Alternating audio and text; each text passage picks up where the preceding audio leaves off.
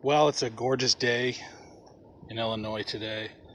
The tulips are gone, have made way for the irises to begin blooming, with other stuff coming up all around.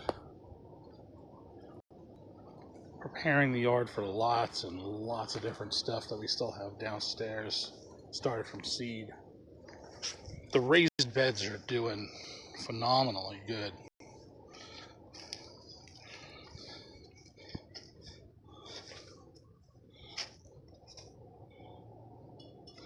The weather has been kind of wonky and we've been dealing with some localized freezes. The stuff in these beds is no problem for, but some of the other stuff we've had to challenge with. I even have cucumbers in. I know it's a little early, but I took a shot.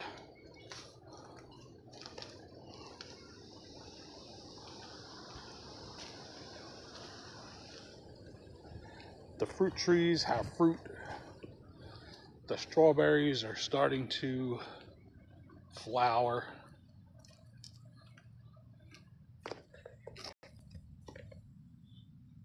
That will soon be a really bright red berry on all these little white flowers. I gotta get rid of the creeping Charlie in here. I've started removing strawberry plants and moving them so I could burn the creeping Charlie out. It's so ridiculous. Got a good portion of my wood piles burned up. There was just so much of it. I had to make some room. Brassicas and onions all in and doing fine. Still having trouble with getting stuff to come up from seed.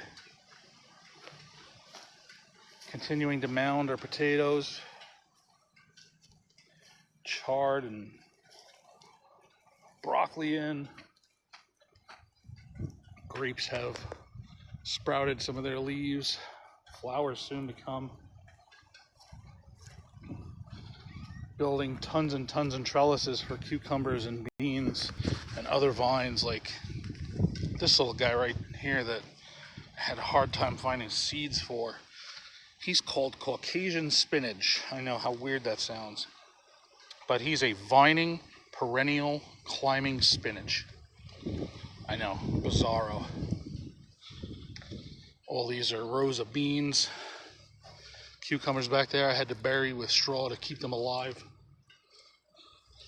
Worth it to have them in early. This is a plant called lovage. Here in zone 6, it's a perennial. It tastes like a really strong celery. It looks like it too. More beans in. Raspberries are starting to bush up and flower. Tons and tons of area left to plant. Good, because I have a ton of stuff downstairs. We have to do several areas of corn, then tomatoes and peppers. Over here we have chamomile. We started from seed. And chickpeas, which I have never actually grown before. The Asian pears are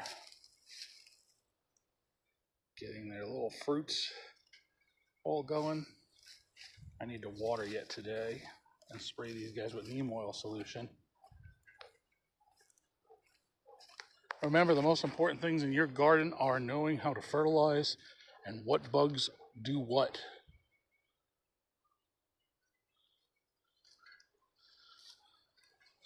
This corner's a mess, just lilies back here and trees that are on the neighbor's property that I can't do much about. This is goji berry, second year in, should produce a lot of fruit this year. Nectarine fruited last year, so we're not going to get anything off him today or this year. But yeah, so many raspberries. We sold about $300 worth of excess plants that came up, but there's just so much. Saw a couple of fruits on my pear tree the other day, one of the two that I have.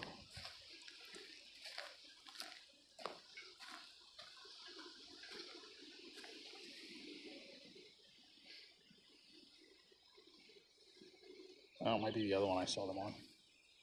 But a big part of the permaculture push that I'm doing to create food year and year after year is a lot of the new items I put in, like these gooseberries that I started from seed in my basement. These are called sea buckthorn or sea berries. They're very popular in the health foods section, and mostly I'll be using these as a cash crop. Then we have 3 honeyberry plants. Honeyberries look just like a blueberry, except they're elongated like a small penis. From what I've heard from people, they are quite delicious. And here they come back year after year. Got a couple of new fruit trees in, figs.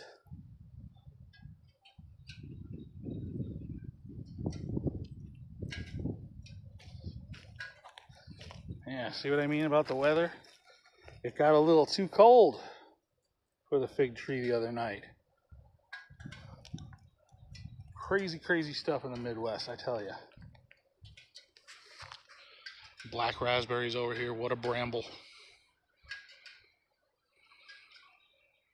Well, that's my early spring update. Time to plant about 100 new items. See you soon. Bye.